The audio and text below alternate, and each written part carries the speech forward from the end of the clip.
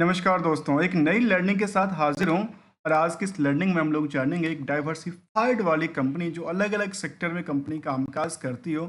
और stock market में इनकी लगातार ग्रो की बात किया जाए तो मार्केट में इनक्रेडिबल्स कामकाज करती नज़र आई है। एक कुछ दिनों की डेटा की बेस की बात करें तो चलिए थोड़ा सा पार्ट्स को समझने की प्रयास करेंगे कंपनी को, जो अलग अलग सेक्टर में कंपनी कामकाज करती है। तो देखा गया कि माइनिंग के अंदर इनका कामकाज है। इसके अलावा मैंने पहले कहा कि डाइवर्सिफाइड बिजनेस इनके पास है, जहाँ पे माइनिंग की बात करें, ट्रांसमिशन की बात किया जाए, एनर्जी की बात किया जाए। इसके अलावा देख रहे हैं एग्रीकल्चर प्रोडक्टिविटी को लेकर देखा जाए, इमर्जिंग बिजनेस को लेकर देखा जाए, जहाँ पे इनकी अलग अलग सेगमेंट में कामकाज देखने को मिलता है। चाहे वो हेल्थ हो, एजुकेशन हो, लाइवलीहुड्स की बात करें, अदर प्रोग्रेसिव पार्ट्स को लेकर देखा जाए तो कंपनी अलग अलग सेक्टर में अलग अलग चीज़ें करती है। उससे होने वाले फायदा नुकसान पे आज चर्चा करें और स्टॉक मार्केट की रिस्क टू रिकंसलेशन के साथ साथ रिस्क टू रिटर्न की भी चर्चा करेंगे। चलिए जानने के प्रयास करते हैं आज नावा लिमिटेड को लेकर। जहाँ तक पहली बात निकल के आती है कि नावा लिमिटेड को लेकर के जो बुक वैल्यू जो है वो करीब 478 के आसपास और इंट्रिंसिक वैल्यू करीब 709 के आसपास, मतलब समझ में आ पाती है कि इनके पास जो एसेट्स हैं वो काफ़ी अच्छा है। अब सवाल आता है, क्या जो इंडस्ट्रियल की बाकी कंपनियां हैं द डाइवर्सिफाइड बिजनेस के अंदर और द डाइवर्सिफाइड के साथ साथ जो कि इस सेगमेंट में सबसे ज़्यादा जिसमें अर्निंग करती हो, वो सेगमेंट की यदि हम बात करें तो शायद ऐसा डेटा ये शायद हमारे साथ अवेलेबल होता है। और वो बीएससी के सेगमेंट में देखा जाए तो बीएससी के अंदर फाइनेंशियल के अंदर यदि सेगमेंट वाइज उन्होंने डिक्लेरेशन दिया होगा शायद बहुत अच्छी बात होती है। और ये डिक्लेरेशन भी कंपनी ने बताई है। जो हमारे पास सबसे ज़्यादा यदि कोई कारोबार है उसमें फेरो एरोइस का कामकाज है। इसके अलावा कहते हैं हमारे पास चाहे वो पावर को लेकर के लोकेटेड फंड इस सेगमेंट को लेकर कोई कारोबार नहीं है। पहली कारोबार क्या है कंपनी को लेकर के? पावर सेक्टर का। दूसरा है फेरो वाले सेक्टर। तीसरा थोड़ा सा पार्ट्स रहा जो कि मिसलेनियस कह सकते हैं, जिसमें डाइवर्सिफाइड में इनका अर्निंग सोर्स। अब देखिए दोस्तों, पावर सेक्टर की जो कंपनियां हैं यदि उसका कंपेयर करके देखें तो शायद लगता है कि इसका पी इतना नहीं होना चाहिए, शायद उसका पी उससे ज़्यादा हो या कम हो सकता है। इसीलिए कई बार हम सेगमेंट वाइज को खास करके देखते हैं। का पर्पस ये होता है कि आखिर कंपनी का सबसे ज़्यादा किस सेगमेंट से अर्निंग आता है, उसका पी का आंकड़ा क्या कहता है। फिलहाल यदि हम इसके आंकड़ा से देखेंगे तो कहते हैं कि अंडर वैल्यूड। और यहाँ से कह सकते हैं करीब करीब यहाँ से यदि इंक्रीज करती है कितने पे जाएगी, यहाँ से 50% बढ़ती है तो नियरली मार्केट की इनका प्राइस करीब 1500 से ज़्यादा हो सकता है। क्या आने वाले समय में 1500 हो सकती है, जो कि हायर टू हायर साढ़े 1300 के आसपास को टच करती हुई, लोअर 374, जहाँ प्रमोटर भी अपनी पोजीशन बना के बैठी है। और फिलहाल जो प्राइस टू बुक वैल्यू है बहुत बड़ा जंप नहीं किया है comparing to the book value. जबकि अर्निंग पर शेयर की बात किया जाए तो 2 रुपये के बेसिस पे अब यदि चर्चा करें कंपनी करीब करीब 70 रुपये के आसपास कमाती है। ये इनके लिए एक अच्छी बात है। जहाँ नंबर ऑफ शेयर करीब 14 करोड़ के आसपास का मार्केट कैप भी करीब 14-15 हज़ार करोड़ के आसपास पहुंचा है। करंट रेशियो का माप थोड़ा सा ज़्यादा निकल के आती है और इसके लिए हम क्या करेंगे, रिकंसलेशन की पार्ट करेंगे। इसलिए हमने इन सारे डेटा समरी डेटा के पीछे क्या करने वाले हैं, क्योंकि यहाँ पे मार्केट की डेटा प्लस कंपनी की कारोबार का डेटा, जहाँ पे बिजनेस एक दिखावा वाला और एक दिखावा के पीछे हकीकत वाला, इन सभी डेटा के पीछे हम क्या करेंगे, हमने नाम दिया है R2R को। इसका नाम है risk to reconciliation, risk to reward and risk to return की चर्चा करेंगे, जो कि कंपनी की तरफ से एक तो निवेशक को दिया जाता है और एक स्टॉक मार्केट अपने निवेशकों को डिमांड सप्लाई के बेसिस प्राइस को इंक्रीज और डिक्रीज। दोस्तों सबसे पहले स्टार्ट करते हैं इसकी फंडामेंटल की उन स्ट्रेटजी से जिसको कहते हैं फाइनेंशियल स्ट्रेटजी। आखिर कंपनी की ग्रोथ रेट क्या कहती है, उसके बारे में ये दर्शाती है जो कंपनी अपने क्वार्टर ऑन क्वार्टर बेसिस पे लगातार इंक्रीज करती हुई, और कई बार तो उन्होंने सेम प्राइस के आसपास कई मूवमेंट में रहा है। नियरली ये कह सकते हैं कि पिछले साल से करीब 70% बनाती है सेल्स के अंदर। और बाकी सारी चीज़ों को देखा है तो करीब EBITDA तक में करीब करीब 6-7% उछाल बनाती है। ऐसे ईयर बेसिस का चर्चा किया जाए तो यह ईयर बेसिस का चर्चा यदि ये करें, शायद हम 2-3 लाइन आइटम को लेते हैं और इसमें ये समझ में आएगी कंपनी ऊंचाइयों पे पहुंचने में कोई दिक्कत सामना नहीं किया है। लेकिन ओवरऑल जो ऑपरेटिंग नेट जो ईपी जो ईबिटा की बात किया जा रहा है वो करीब करीब 10% की जंप के साथ बंद होता है। ये इनके लिए कुछ ट्रेंडिंग की बात किया। यही ट्रेंडिंग की बात को यदि हम देखें चार्ट लेवल पे तो शायद वो दिखेगा चार्ट लेवल इसके बारे में क्या कहती है। दोस्तों देखा जाए पिछले 1 साल के चार्ट लेवल को देखा है या पिछले 3 साल के चार्ट लेवल, हम इससे कंपेयर ये कर पाएँ पिछले 3 साल में चार्ट कैसा चला।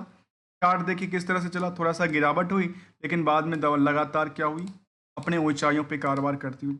और वैसे ही आंकड़ा यहाँ भी कहती है जहाँ पे मार्केट ने ऊंचाइयों तक पहुँचने में दिलचस्पी लगाई है और यहाँ पे थोड़ा सा प्रॉफिट भी बुकिंग हुआ है। इसके लिए गोल्डन रूल को समझना जरूरी है कि आखिर मार्केट में यदि इन सिचुएशनों में आप एंटर करते हैं तो आखिर इनके लिए कौन सा गोल्डन रूल को अप्लाई करना चाहिए। मार्केट में क्या होगा, जो रिस्क होगा वो मिनिमाइज हो सकता है। मैं ये नहीं कह रहा कि आपको रिस्क नहीं लगेगा, रिस्क मिनिमाइज हो सकता है, उसके पीछे भी हम कुछ कारणों को समझेंगे।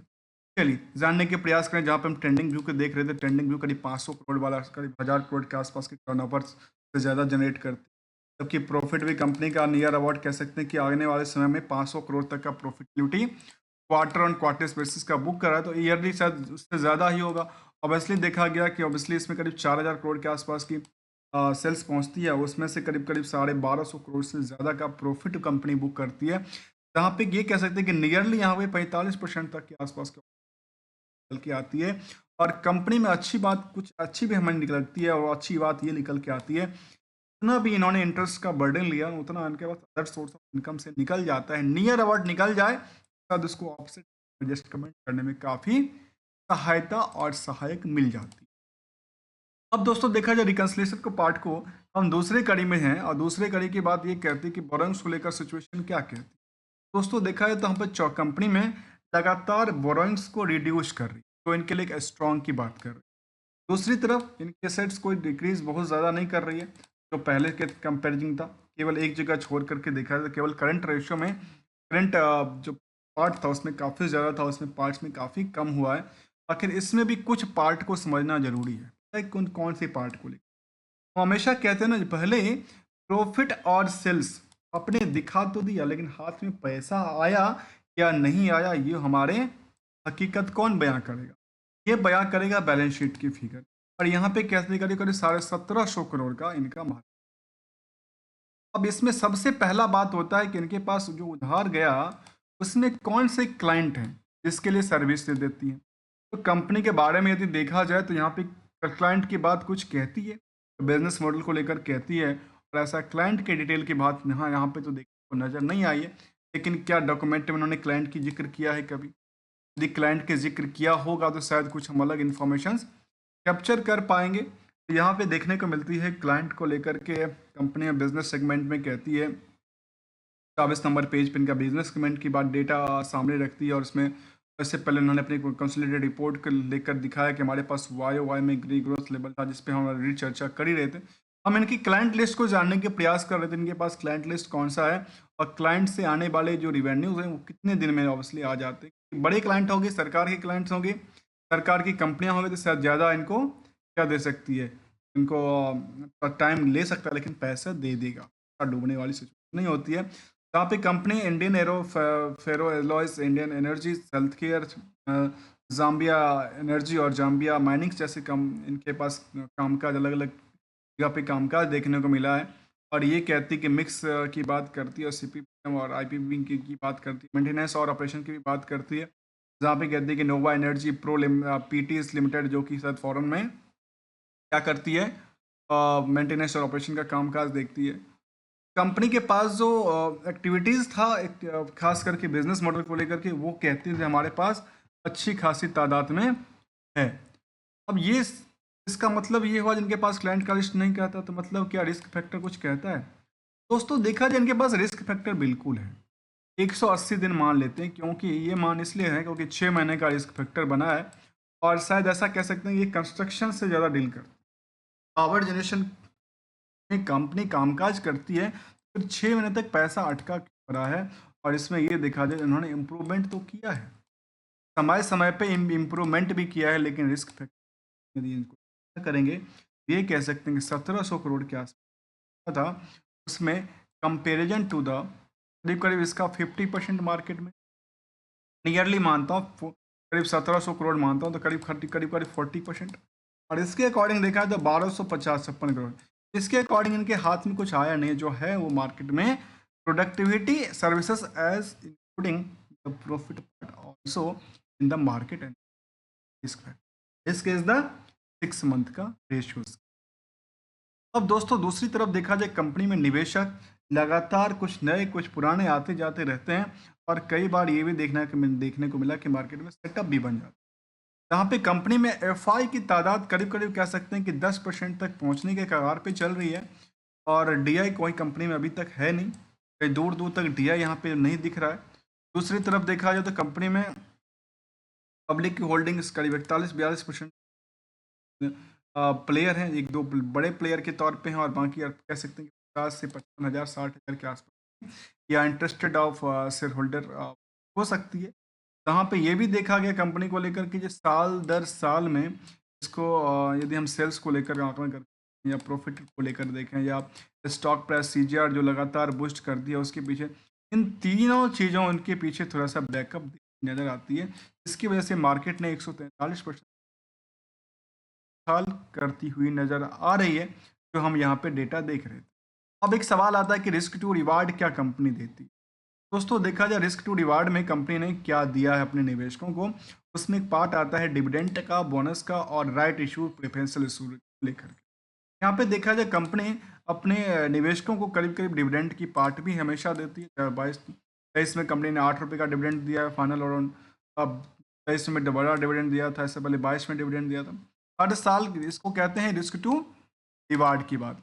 कंपनी अपने निवेशकों को रिवार्ड भी देती है, और स्टॉक मार्केट की डिमांड सप्लाई के बीच चर्चा किया जाए, कुछ परतों को यदि देखा जाए तो पिछले 6 महीने में 100% बनाई है, एक साल में 150% के आसपास उछाल किया है, और 5 साल में अच्छी खासी उछाल 1300%। अब एक सवाल और आता है, क्या मार्केट में अब जब देख रहे थे कि हम लोग देख रहे थे कि यहाँ पे मार्केट में एक अच्छी पोजीशंस के आसपास मार्केट में बिकवाली हुआ, बिकवाली का क्या हुआ, डिस्काउंट बेस बिकवाली हुआ। जब ही डिस्काउंट किया जाता है मार्केट में, तभी क्या होता है, डिस्काउंट के बेसिस पे दो तरह की कंडीशंस। एक तो डिस्काउंट पे आकर के लोग नए प्लेयर आते हैं, डिस्काउंट जिसको हम डीप डिस्काउंट कहते हैं। एक नॉर्मल डिस्काउंट की बात करें, जहाँ पे डिस्काउंटेड पे बेची जाती है, डिस्काउंट पे क्या किया जाता है, यहाँ पे वॉल्यूम बढ़ाई जाती है और मार्केट में एक सपोर्टिंग लेवल के आसपास ले जाते, क्योंकि यहाँ से लेकर के प्रॉफिट जिन लोगों ने यहाँ पे लिया, यहाँ पे लिया, यहाँ पे प्रॉफिट तो चाहिए, कि जब तक बेचेंगे नहीं तो प्रॉफिट बैंक में कैसे आएगा, इसलिए उन्होंने यहाँ पे आकर के अपनी पोजीशन खत्म किया, और जैसे ही खत्म हुआ तो मार्केट ने दोबारा पोजीशन बना लिया। मतलब ये है मार्केट में, ये नहीं है कि आप एंट्री का टाइमिंग क्या होगा, एंट्री तो सब पूरे के पूरे मार्केट में एंट्री और एग्जिट के टाइमिंग के लिए सब हाथ पे हाथ धरे बैठे होते हैं उनके सामने, और केवल कह रहे थे अच्छा एंट्री का टाइम आने वाला है।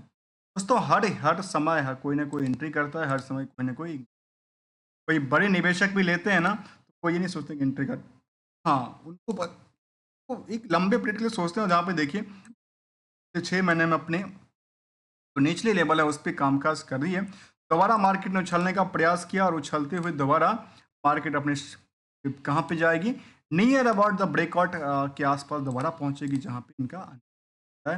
और पिछले 5 साल और मैक्सिमम टाइम फ्रेम की बात करूँ तो करीब 45,000% के आसपास उछाल दिया है।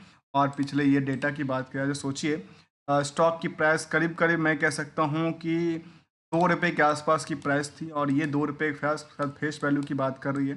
फेस वैल्यू 2 का शेयर्स आज 1,043 के आसपास है, तो 45,000% है। जिन लोगों ने यहाँ पे खास करके लिया, उनके लिए सोचिए लॉटरी बनी कि नहीं बनी।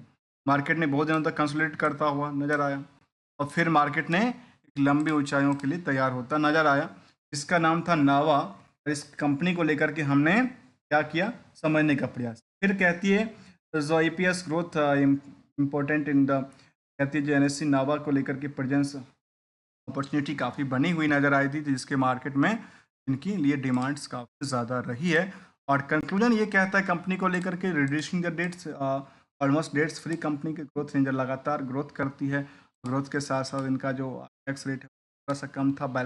डेटर्स डे को लेकर एक चिंता की बात है, और चिंता के साथ साथ परसेंटेज ऑफ डेटर को लेकर भी चिंता की बात है, लेकिन उसको दरकिनार करते हुए आगे निकल जाता है। जैसे सेंटिमेंटल की तरफ देखा है तो ये कहती है फिलहाल अभी कंप्लायंस सर्टिफिकेट उन्होंने अपडेट किया था, अब ना आगे चल के सितंबर का अपडेट भी लेके आएगा, और जिस हिसाब से एक्सपेक्टेशन किया था मार्केट कई ऊंचाइयों पर पहुंचने हो सकती है, जो कि हमने कहा कि करीब करीब 1500 के आसपास जा सकती है, ऐसा पॉसिबिलिटी बिल्कुल बन सकती है। दोस्तों हमारी साइड से किसी भी कंपनी को लेकर, किसी स्टॉक को लेकर के कोई भी रिकमेंडेशन या एडवाइजरी की बात शामिल बिल्कुल नहीं है, क्योंकि as a learner part only value additions मिलती है। तो चैनल को सब्सक्राइब, वीडियो को लाइक कर सकते हैं। बेटर लर्निंग अवेयरनेस एजुकेशन को सपोर्ट देने के लिए आप ज्वाइन बटन को क्लिक करके हमें इंक्रीज।